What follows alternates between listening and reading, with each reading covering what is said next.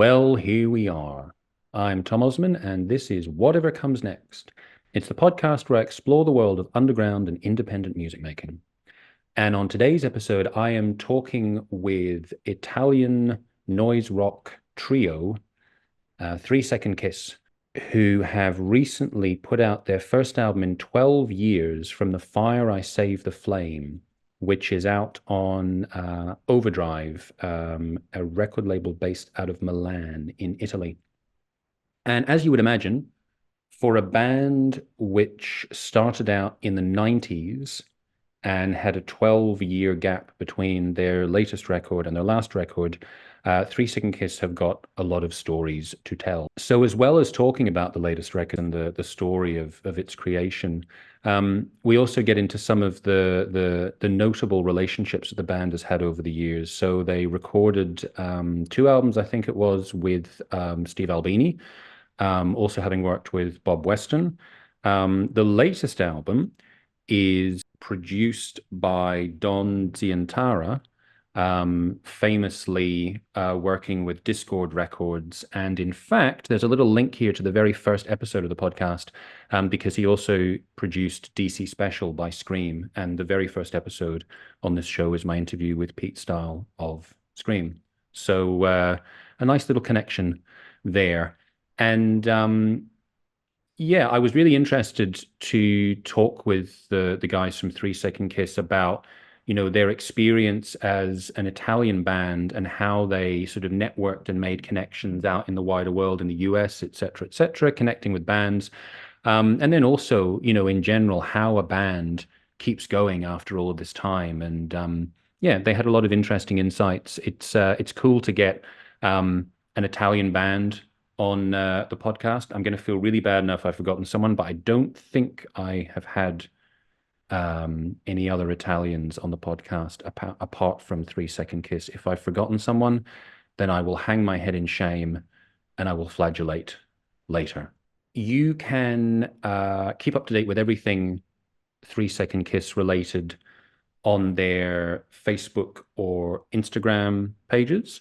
The band's got some shows coming up in Italy, and hopefully they're going to be playing outside of Italy in the coming weeks and months, but stay tuned for that. And yeah, follow them on social media to keep up to date with that. If you would like to follow me, I am everywhere that I've decided to be at Tom Osman Sounds. And if you want to investigate what I'm doing musically, you can go to tomosmansounds.com.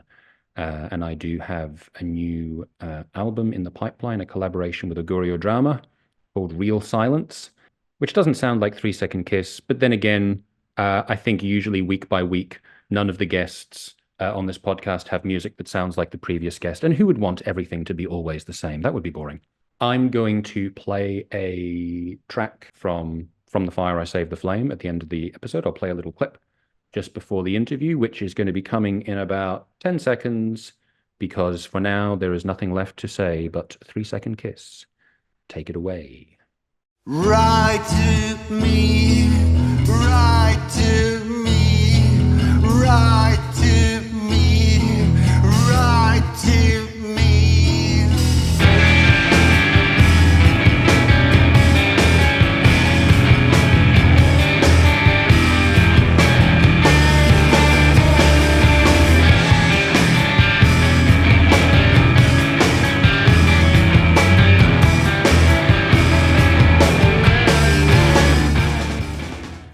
So, as we are all here, thank you all for joining me. It's great to get a chance to talk to you. So we're here in part to talk about the latest record, your first record in 12 years, From Fire I Save the Flame. So I understand that you like to give your albums titles that are not titles from the songs, something kind of separate and conceptual. So for the latest album, what was the fire you were thinking of, and what was the flame? we received several questions about the same reason, and the concept of the phrase "From Fire I Save the Flame" is something that, because we composed the record in a few years, with COVID and lockdown in the middle. So, but however, all experiences, bad or good, it's just a baggage that we carry on in our lives.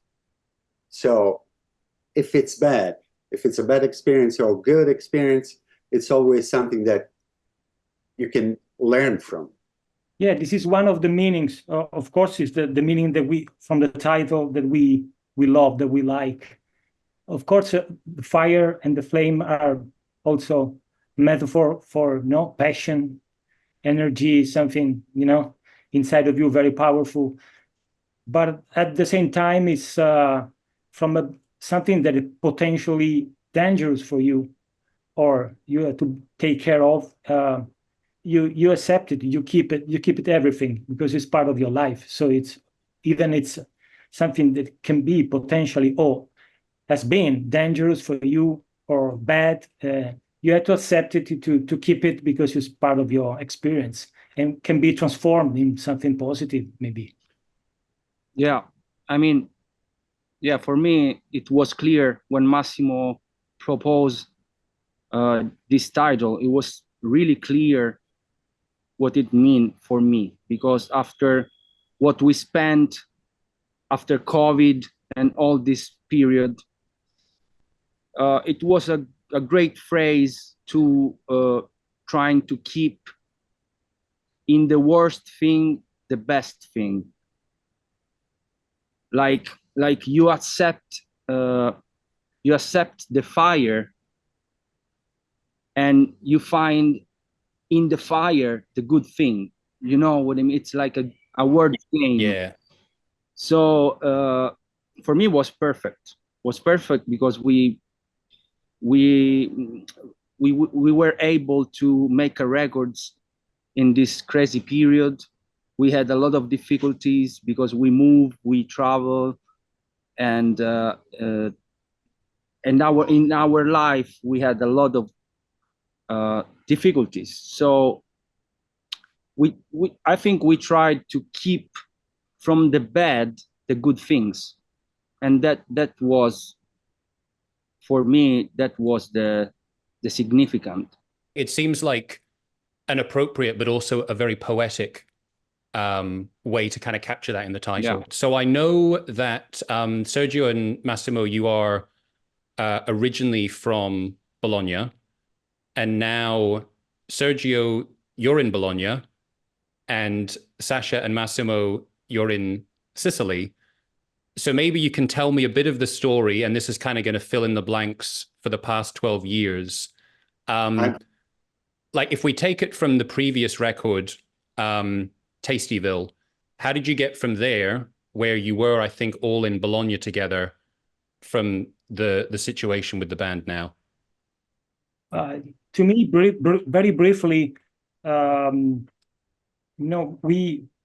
we escaped from our comfort zone totally, because we used to live in the same town. We had our practice space, our equipment. The tours started from this place. We are based in Bologna because the few of us used to live there. And then all of a sudden, everything has changed quite drastically, because Sacha, for personal reasons, he moved to Catania, that is his hometown.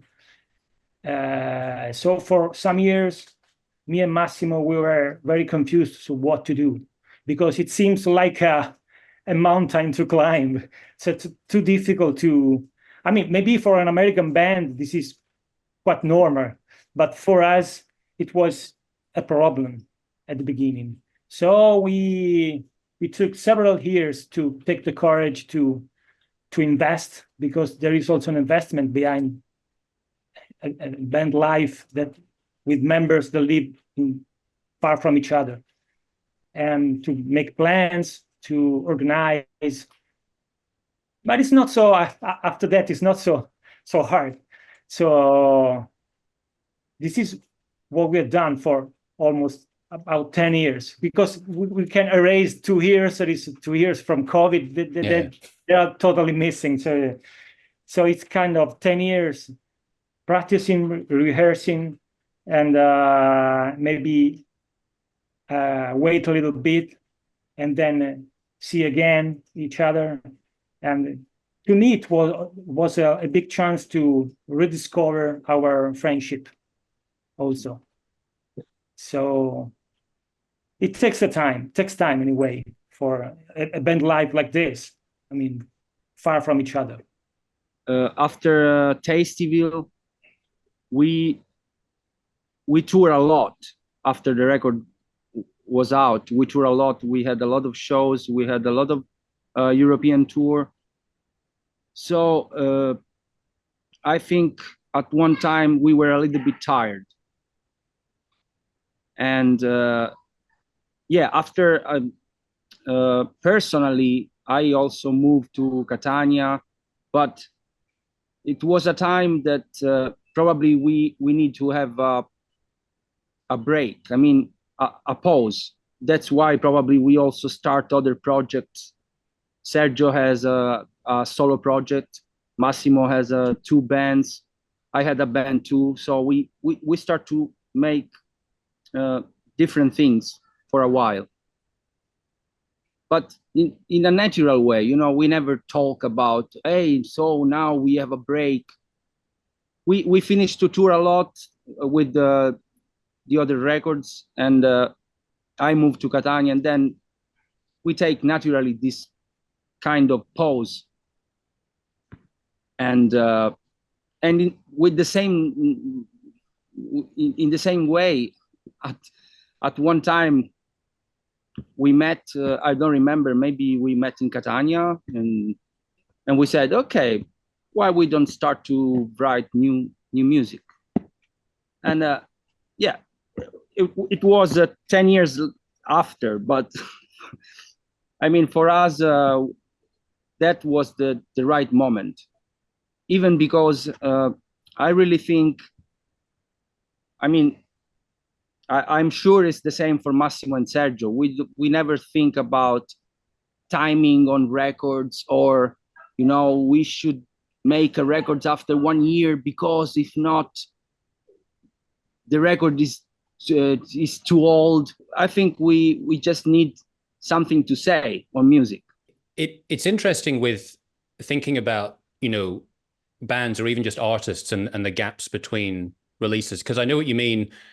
I think for a lot of people there can be that consideration of, oh, it's like we've got some momentum, we have to have an album out like the next year or the year after, like there has to sort of be this firm interval. But then you think about people like Scott Walker, who just disappeared for like 15 years at a time, whatever he was doing, walking around his cottage, waiting for inspiration to strike him. And then 15, 20 years later, an album comes out, and it's amazing. But on the other hand, I feel like it must take a lot of belief when the time is passing that you are actually going to make the music. I mean, did you always feel, the three of you, that you were going to come back and release another album, or was there a time that you thought it might sort of just drift away? We never calculate that, you know, that specific case. No, we just we play when we really want, when we can. We make record when we can with the people that we like. We play live where it's beautiful. Play live. I mean, when it's a consideration about the music totally. Because I make a stupid example, just like the expiry date. We are not, you know, we are not milk, we are not beer or whatever. There's no expiry date. That's music. That's what we like. That's what we love. It's a personal question, of course. So I can answer for me. I was sure we will make a new music. So we had just to wait a little bit. That's why I say, you know, the way we feel the music. Yeah, when it's the time, it's the time. How would you kind of characterize the difference between Bologna and sort of the second home of the band now in Sicily? So Bologna is a kind of there is a very good musical scene. There are so many shows. It's a city with a very active cultural life. But moving to Catania, this had on me, I think also in Massimo.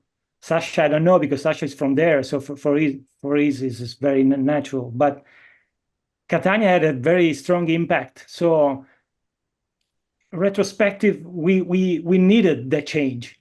We needed another power, a new push for the band. So this change of environment to me was really, really important for this record, for the next future of the band, because, also trying to make music going very straight to the point. We've maybe, I take a flight, I go to Catania, I stay for 4 days. In that 4 days, we need to write 2 songs. Yeah.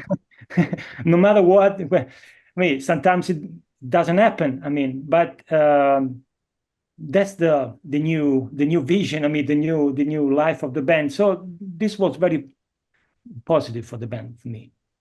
Catania, this change of environment for the band was a kind of, new air, new fresh air, new life.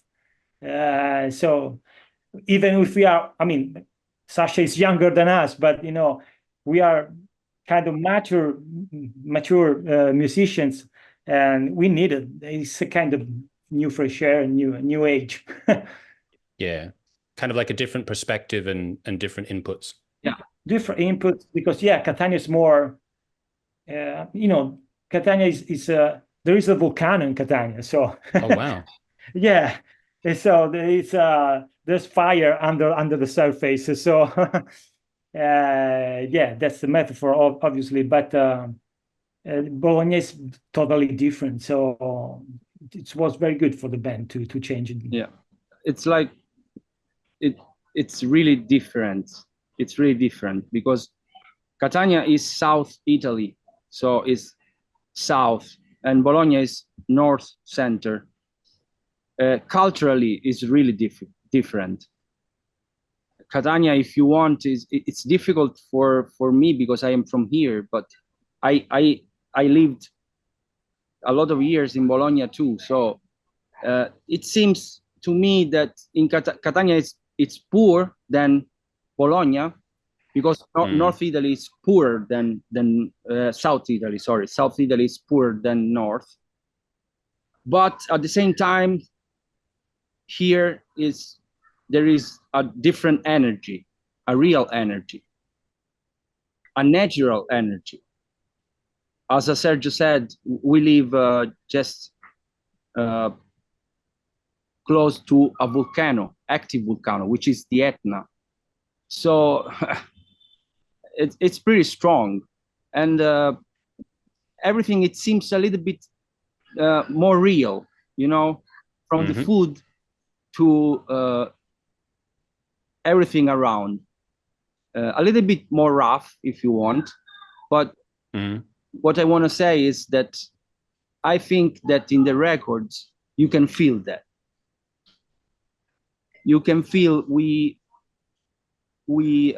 took the energy, the vibrations, and maybe naturally, maybe something about music,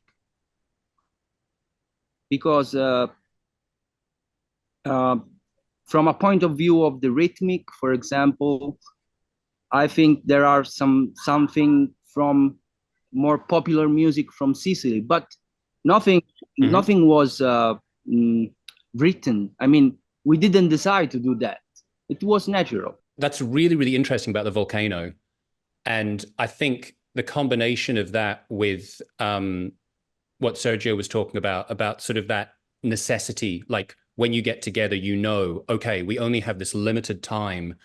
We have to use this. I do think that on the record, there is that sense of kind of urgency and things need to happen now. I was going to say, in general, about the record, a couple of things that stand out to me. The interplay between the three of you, you know, from the very, very beginning, you have all of these, from the outside perspective, quite complicated rhythms. Like very often when I'm listening to music and I go, okay, it's not in 4/4 and it's not in 3/4, then I start going, right, what are they actually doing? And then I'm sort of trying to count. And it's not just the time signatures you've got, but you've got interesting rhythms that are going between the three of you. One of the things that does make me wonder is for Massimo, you are playing bass and you're singing. So I feel like, although, I mean, the drummer has the most coordination to do, I guess, all the time, but for you singing and playing bass, is that difficult for you, or are you just used to that kind of playing this kind of music now? Oh, supernatural. I mean, at the beginning was difficult. But the beginning, we're talking about 1993. Yeah. When we started playing together with Sergio, and I was the drummer. Ah, okay. You were originally the drummer. Yeah, just a couple of years, more than 30 years ago.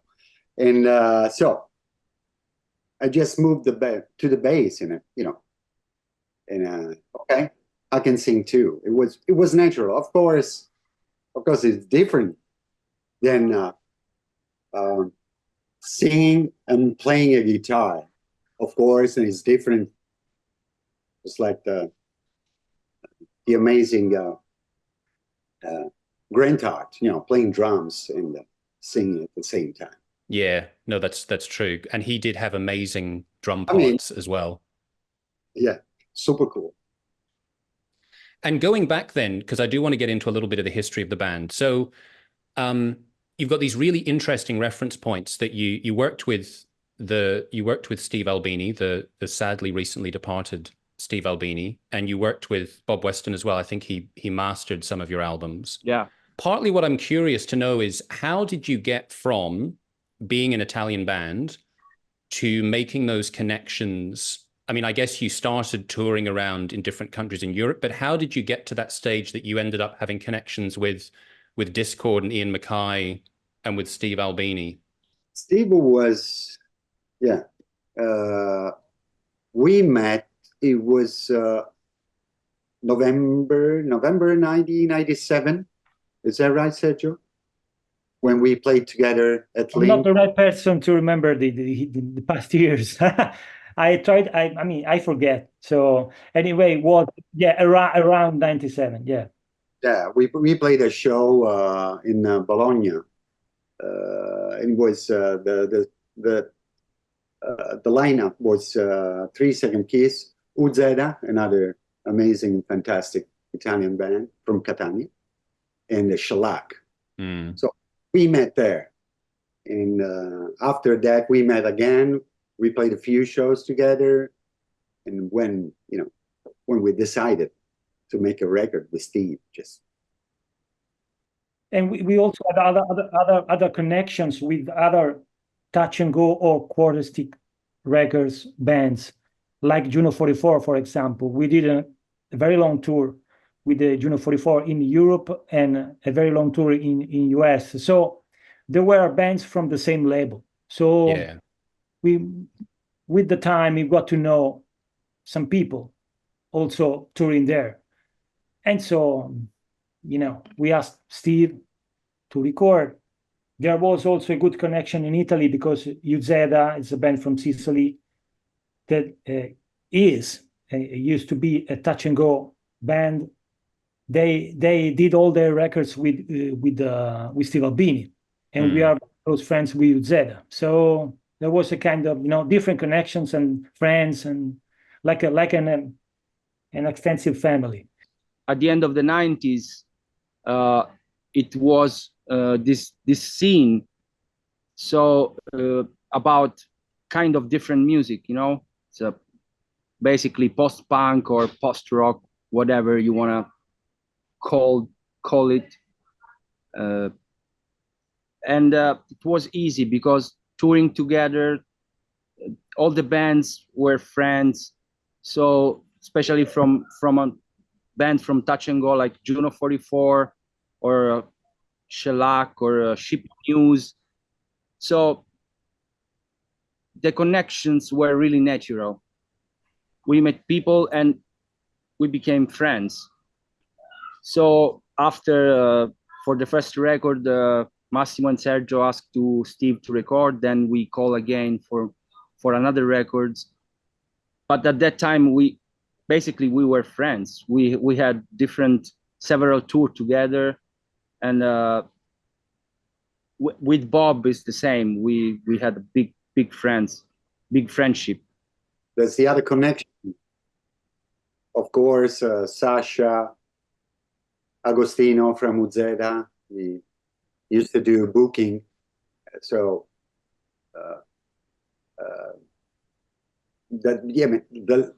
met long time ago down Zientara. Mm-hmm. But we already had a kind of another experience so close to Discord, because when we toured the first time in the US, the soundman for Juno 44 was Juan Luis Carrera. Mm-hmm. Slow Down, the label that put out 2 of our records and distributed by Discord. And so that's it. Yeah, that makes sense, because I was curious, because I saw that Slow Dime had released records, and I saw this note about Discord, so I was trying to figure out how they connected to it. So as you've brought up tours and booking, this is something that I'm really interested to get into with bands. So part of the idea of this podcast is to kind of get some insight from independent bands on how they, just manage the different practicalities that bands have to do when they're on a DIY independent level. And one of the things I'm really interested in is to understand tours and booking. So how active have the 3 of you been in terms of actually booking shows and tours, and what are the kind of mechanics for your band in terms of doing that? It's a really interesting question, because it's start to be a big problem for what I see,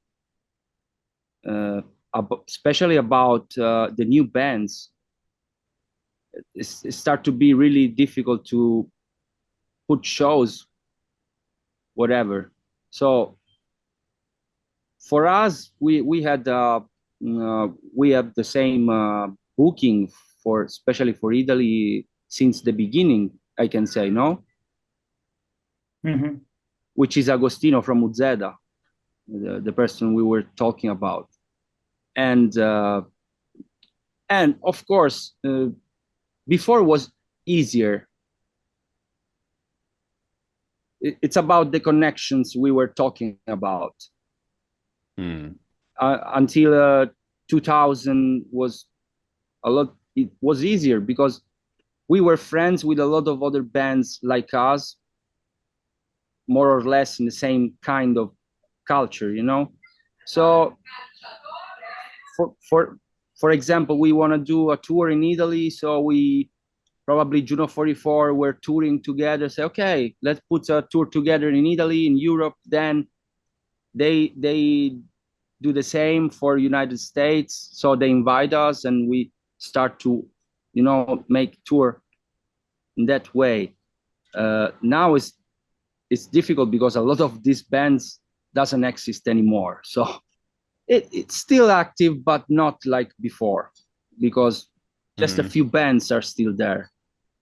So for a band like 3 Second Kiss, it's just a little bit easier because of the band history. So it's a band that has an history, so it's a little bit easier. But still to be pretty hard. We are talking with some, for example, for Europe, with some booking agency. But the important thing is to be in the same cup of tea. You know what I mean? We like to play in the right places, where people want us. And we have done everything like the old way. I mean, contacting straight directly promoters, or of course we need the help of a booking agency, but this agency is a friend of us. We are talking about Agostino again. So for Italy and sometimes also for Europe, or maybe contact directly some booking agencies and try to get in touch. So this was the old way. I know if what Sasha was trying to say, that it's for bands that that are starting now. It's I mean, quite a problem, because the market is just so full, so many bands. Every band wants to play everywhere, and in some clubs that they just get to play the same bands over and over again because they bring people. If you don't bring people, maybe you don't book shows. So it using to be like that in the past was more easy. Yeah. And the mechanicals are all the same for us. It used to be like it used to be in the past. Yeah, but even if we have an help from a booking agency, we normally like to have contact directly. We still try to have these contacts, and then normally people write to us and say, hey, can we put the shows of 3 Second Kiss? And then we say, sure. At that point, maybe we pass the contact to our booking agency, but it's just a formality, just because probably he has the schedule of all of us, so it's easier. So it sounds like you have built up a lot of contacts over the years, and those contacts, even though there is, not necessarily the same sort of active network of bands that there used to be, but that sort of world of contacts that you've built up, whether in Italy or in Europe or the US, still has value for you. Like there's still this underground network of people that are all sort of connected, who have similar tastes and similar interests. Yeah. Also, I think I can speak for everybody on the bands. But we the first thing about playing music, it's to share our music with people. So connections are fundamental. I mean, are the main important things. Otherwise, without connection, there is not share, and without sharing music, there is nothing. I mean, all of us are a great listener of music. So we love watching shows. We love watching and buy records from other bands. Yeah. So that's the point. Well, that leads me into a philosophical question that I like to ask the people that I interview, and you've sort of half answered it already. But the question is, why do you make music?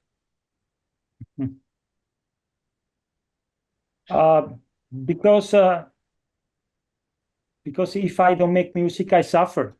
Something that you feel. So I will continue to make music also when the band will not exist anymore. But of course, in my private life. But if I don't play live, if I don't connect with my friends, with my bandmates, there's something that I miss. So I feel like a hole in my body. So it's very physical. Yeah. As I said several times, I like to do this metaphor. I mean, music and life for me is one thing. So I can't imagine living without music. It's like, for me, it's like living without eating or drinking. I mean, I need to play music, especially on live. It's too important. It's like to breathe. but it's not like a special thing, you know, like I need the music. It's totally normal. I mean, I drink water and I play music because I can do without it. So It They makes already sense. they already answered for me too. I mean, I answered once in another interview, and I said, if I had no music in my life, I had already died a couple of times. So on that point, Massimo, what was it like for the three of you during COVID? How separated from this world of music were you, and how difficult was that? Was very difficult because, you know, living in different cities, we couldn't see each other because we couldn't travel. And for me personally, COVID was not an inspiration moment. It was 2 years totally of nothing. So I didn't feel the inspiration to make music because I was in my home alone. So for me, it was totally a period of no creativity. Maybe thinking about music, planning, with a big desire to restart, but that was for me. Yeah, it was a really a bad period. Yeah, of course, you know, just like four of us, you know, we used to call us just to see what was happening.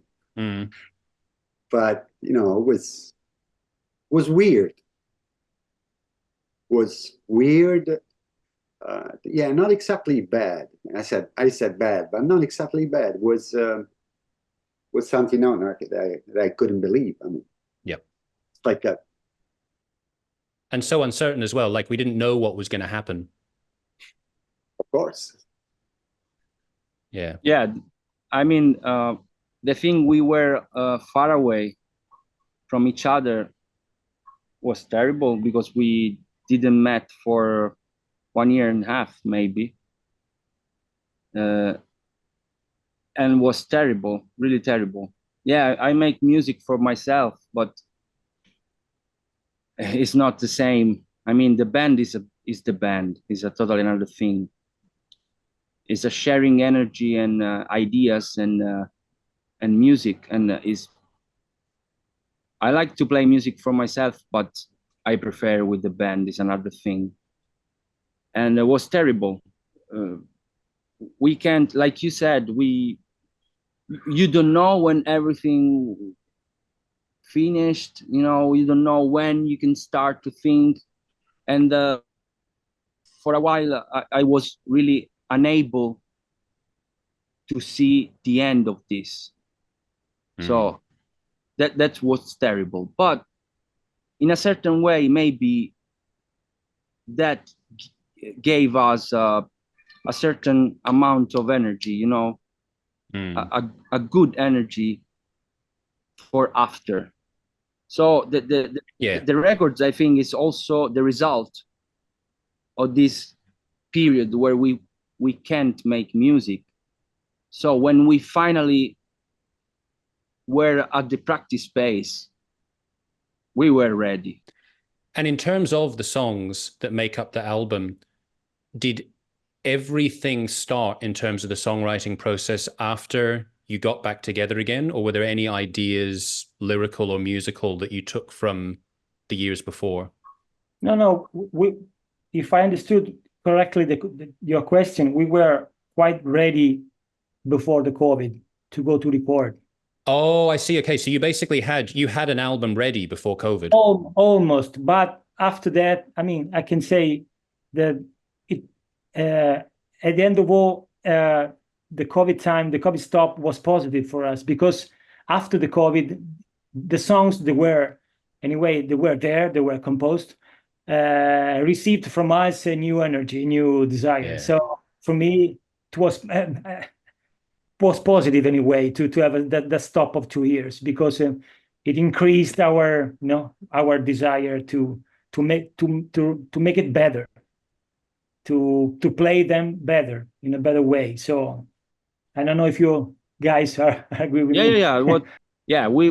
We had most of the songs pretty ready, but we had like an extra time,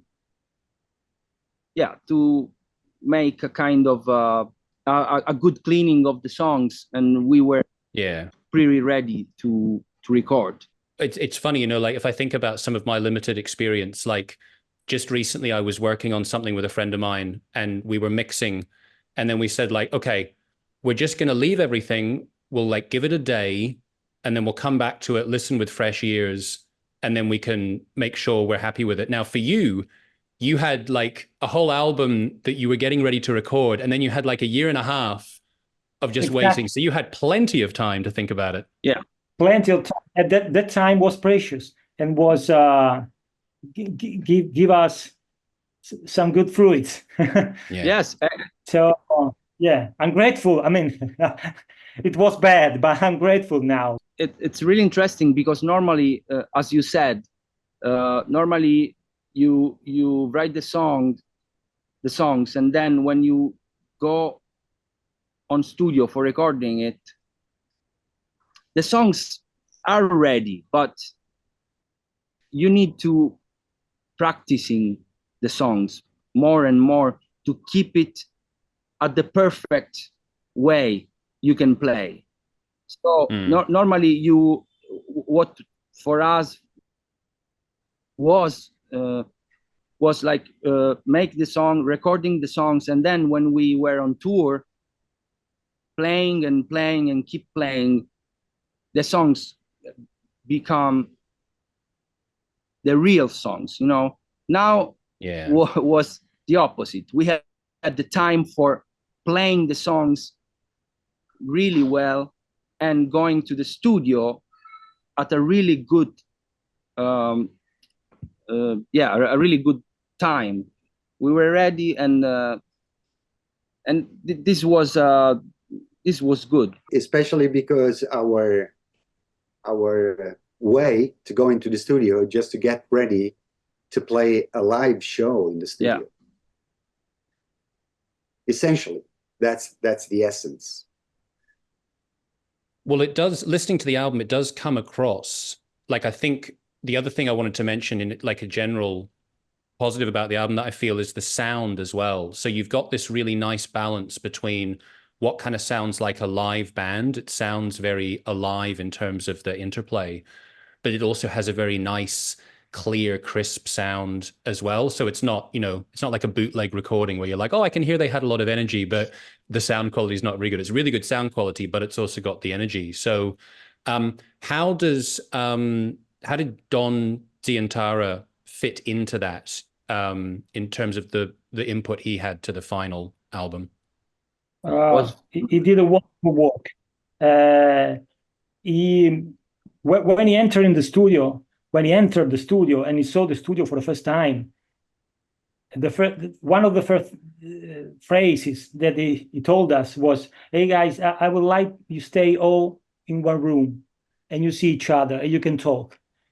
I mean, because this was his way when he used to record Fugazi or other bands, all in the same room, because he had more space. But in this time, we were in a big studio with different rooms, but he decided to do that way, and that way was for us fundamental, was great, because for us it was like staying in our practice space, very relaxing and very natural. So to me was the key of this record.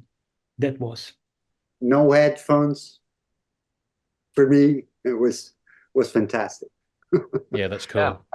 Weird. Yeah, especially maybe even for a drummer, normally headphones is terrible.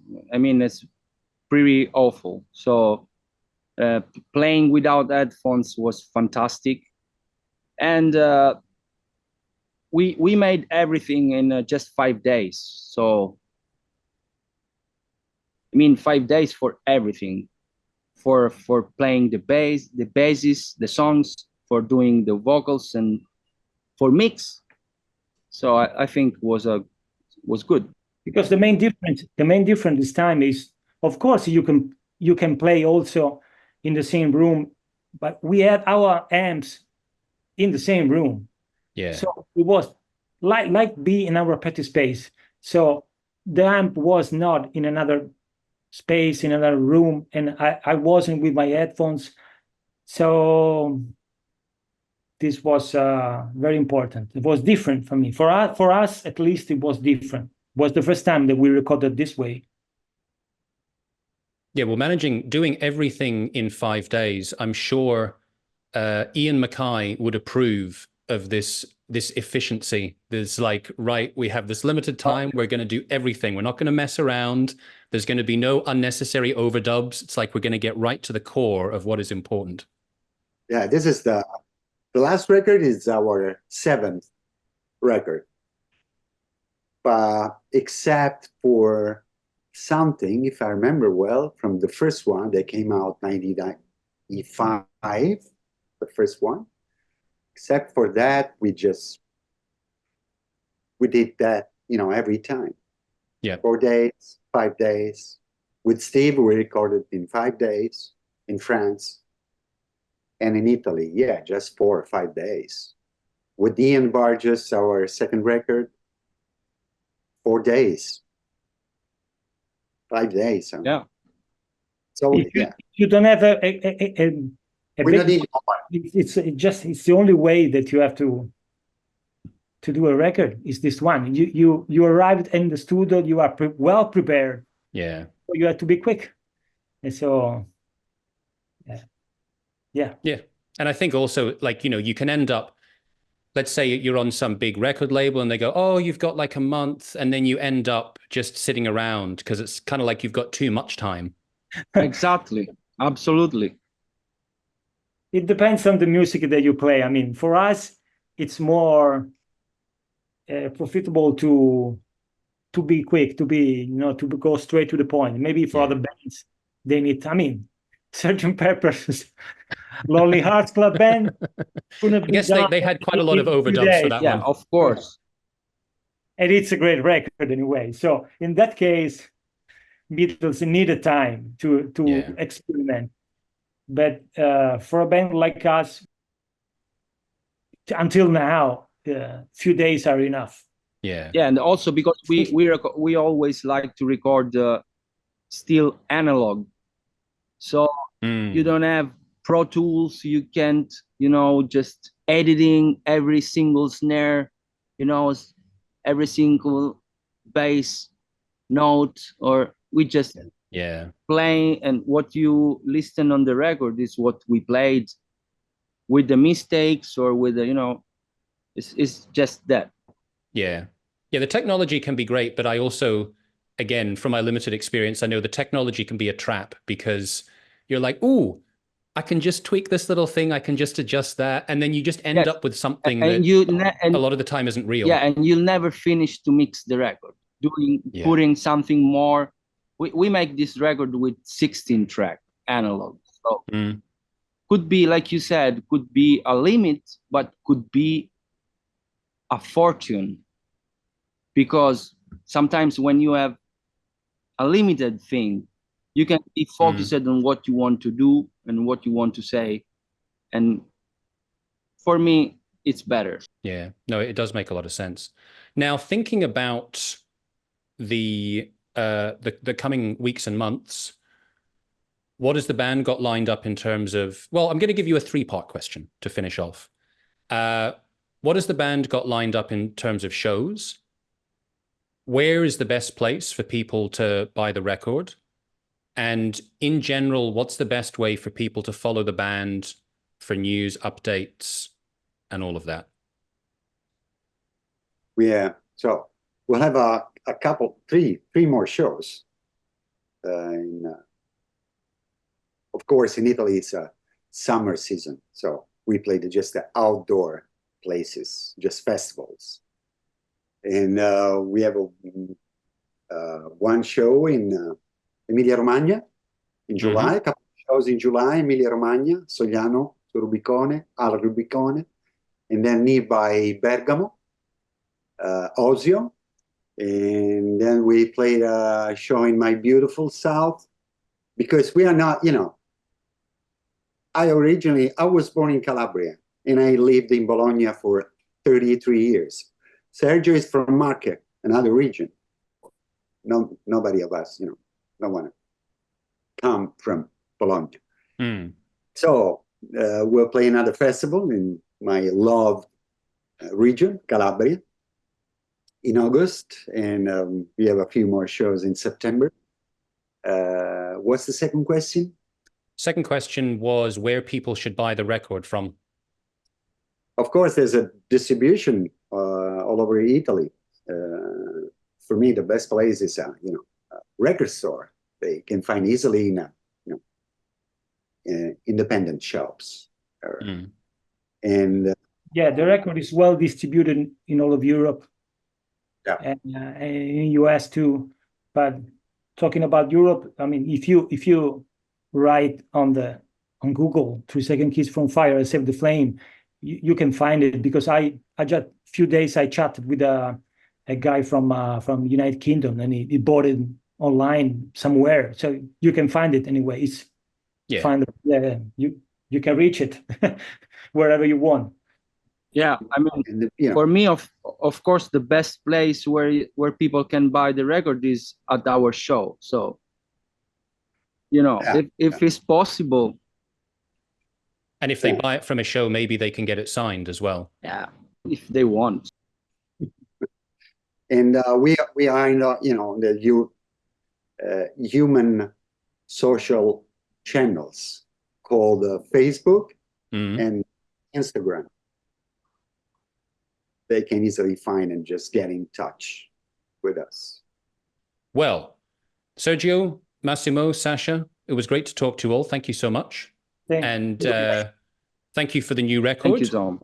And I hope that you have some great shows. And if I see that you are navigating a little bit closer to me, I will be sure to come and check you guys out. Yeah, hope so in the next future, for sure. We are working on it.